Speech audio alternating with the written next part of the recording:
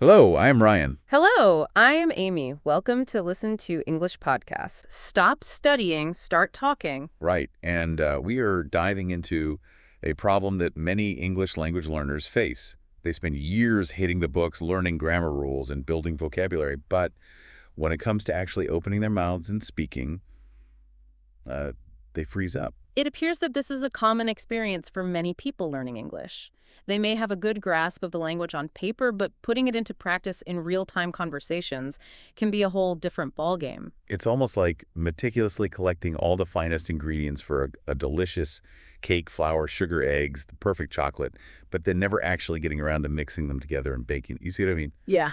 You might have all the knowledge and components, but you haven't truly mastered the skill of actually baking the cake until you dive in and get your hands a little messy. That's an excellent analogy. And what's fascinating here is that English, like baking a cake or any other skill really, is not just about accumulating knowledge. It's about actively applying that knowledge in real-life situations.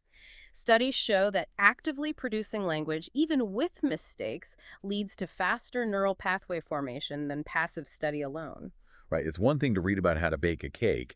It's another thing entirely to actually get in the kitchen and wrestle with the dough and figure out the oven temperature. So how can we apply this idea to learning English? I mean, how can we help our listeners move from passive studying to actually speaking confidently? Well, one helpful way to think about it is to compare learning English to learning to drive a car. Imagine you spend weeks poring over the driving manual, memorizing every traffic rule, and understanding how the engine works. But would all that studying make you a confident driver? Could you just hop behind the wheel and navigate rush hour traffic based purely on book knowledge? Not a chance. I think we can all agree that reading about driving is a far cry from actually getting behind the wheel, feeling the engine respond to your touch, and navigating real-world traffic situations with all their unexpected twists and turns. Exactly. And it's the same with learning a musical instrument, let's say the guitar. You can study music theory, learn all the chords, and understand the mechanics of how the instrument works. But the real learning, the real magic happens when you start strumming those strings, making those chords come alive, and practicing consistently. Okay, I'm starting to see where you're going with this. So just like with driving or playing the guitar, we can't expect to become fluent in English by simply studying grammar rules and vocabulary lists. We need to actually get behind the wheel, so to speak, and practice speaking the language in real-life situations. Precisely. And this brings us to a very important point that often holds language learners back: the fear of making mistakes. It appears that many learners are terrified of making mistakes, but mistakes are actually a crucial part of the learning process. Oh, absolutely. The fear of making mistakes can be completely paralyzing. I remember when I first started learning Spanish, I was so worried about messing up the grammar or pronunciation that I barely spoke at all. It's a very natural feeling to be afraid of making mistakes, especially when you're learning something new and putting yourself out there. But what's important to remember is that mistakes are not failures. They're actually valuable feedback mechanisms. That's a really interesting way to look at it. I like that mistakes as feedback. Can you elaborate on that a bit more? How can we learn from our mistakes instead of letting them discourage us? Well, think about it this way. When you make a mistake while speaking English, it means that you're pushing yourself beyond your comfort zone and trying something new, and that in itself is a huge step forward. Each mistake gives you an opportunity to identify the areas where you need to improve, whether it's a specific grammar rule or pronunciation issue. That's a great point. It's like when you're learning to play a new song on the guitar and you keep hitting the wrong notes at first. It can be frustrating, but each time you make a mistake, you learn something new about the song, about the instrument, and about your own playing style. Exactly. And just like with learning music, learning a language requires consistent practice and a willingness to experiment and make mistakes along the way. Studies show that even native English speakers make grammatical errors from time to time. It's a natural part of using language, and it doesn't mean that you're not fluent or competent. That makes me feel a lot better. I think sometimes we have this unrealistic expectation that we need to speak perfectly all the time. But even native speakers slip up now and then. So how can we overcome this fear of making mistakes and actually start speaking more confidently?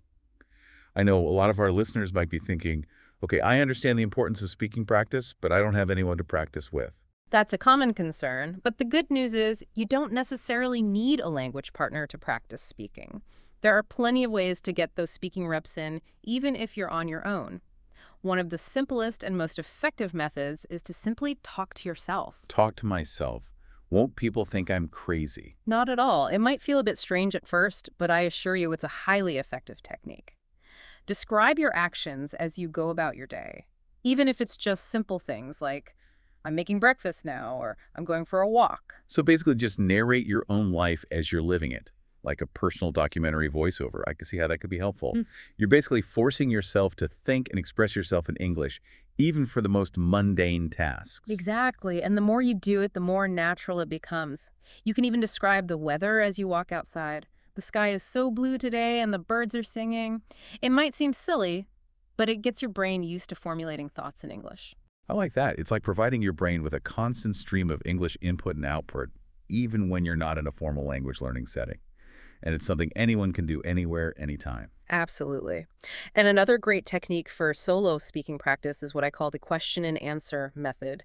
Basically, you have a conversation with yourself by asking simple questions and answering them out loud. Oh, I like this one. It's like a self-interview.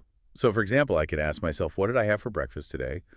And then answer, I had toast with jam and a cup of coffee. Exactly. And you can gradually increase the complexity of the questions as you get more comfortable. You could ask yourself, what are my plans for the weekend? What's my favorite book and why? Or even, if I could travel anywhere in the world, where would I go? This is a fantastic way to practice not only speaking, but also thinking critically and formulating your thoughts in English. It's like a mental workout for your language skills. And if you're looking for something a bit more interactive, have you ever considered using voice assistants like Siri, Google Assistant, or Alexa to practice speaking? That's a great idea. It appears that many language learners find interacting with voice assistants to be a fun and helpful way to practice their speaking skills.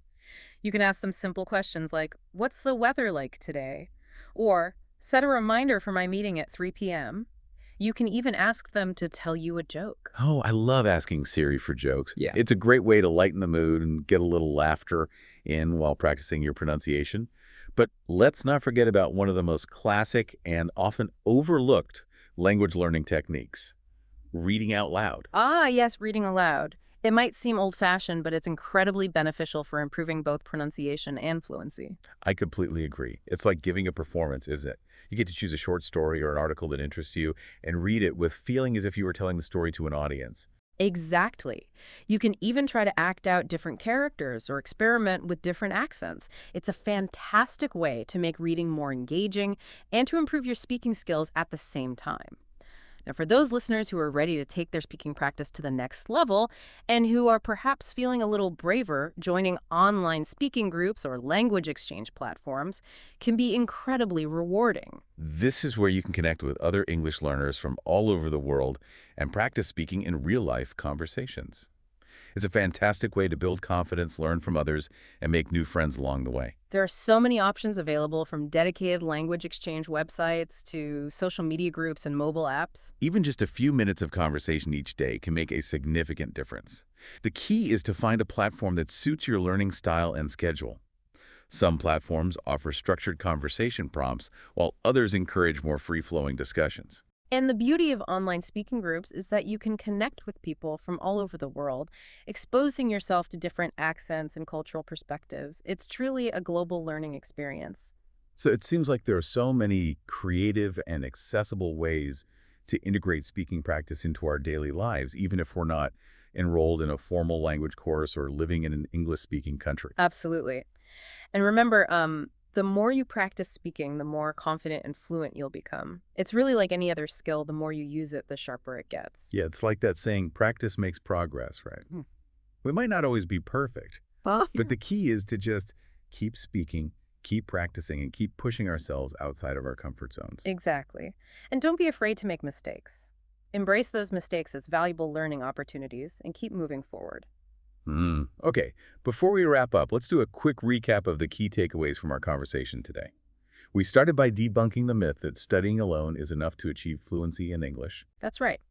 We emphasize that English is ultimately a skill, not just a collection of knowledge, and that it requires active practice, just like learning to drive a car, play a musical instrument, or bake a delicious cake. We then tackled the fear of making mistakes head-on, highlighting that mistakes are not only inevitable, but actually essential for language learning. They provide us with valuable feedback and help us pinpoint those areas where we need to focus our efforts. And finally, we explored a variety of practical and engaging tips for incorporating more speaking practice into our daily lives, even if we don't have a language partner or access to a formal class. We discussed the power of talking to ourselves using the question and answer method, interacting with voice assistants, reading aloud, and joining online speaking groups. All fantastic options that can be tailored to individual learning styles and preferences. It's all about finding what works best for you and making speaking practice a regular habit, something you look forward to and integrate into your daily routine. So to all of our amazing listeners out there who are on this journey of learning English, we encourage you to challenge yourselves to speak English every single day, even if it's just for a few minutes at first. Remember, every little bit of practice counts, and every conversation brings you one step closer to fluency. Don't let the fear of making mistakes hold you back. Embrace those mistakes, learn from them, and keep those conversations flowing. The more you practice, the more confident you'll become, and the more you'll enjoy the incredible journey of learning English. That's a fantastic message to end on. Thank you so much for sharing your expertise with us today. It's been an absolute pleasure chatting with you. The pleasure was all mine. Thanks for having me. And to our listeners, thank you for joining us on this exploration of how to stop studying and start talking. We hope you found this episode informative, inspiring, and empowering. Remember, keep practicing, keep speaking, and keep believing in yourself. See you next time. Bye, everyone. If you enjoyed this episode, please like and subscribe. It really helps our channel grow and reach more English learners like you. By subscribing, you'll never miss a new episode, and by liking the video, you're letting us know you want more helpful content. Thank you for your support. It means so much to us.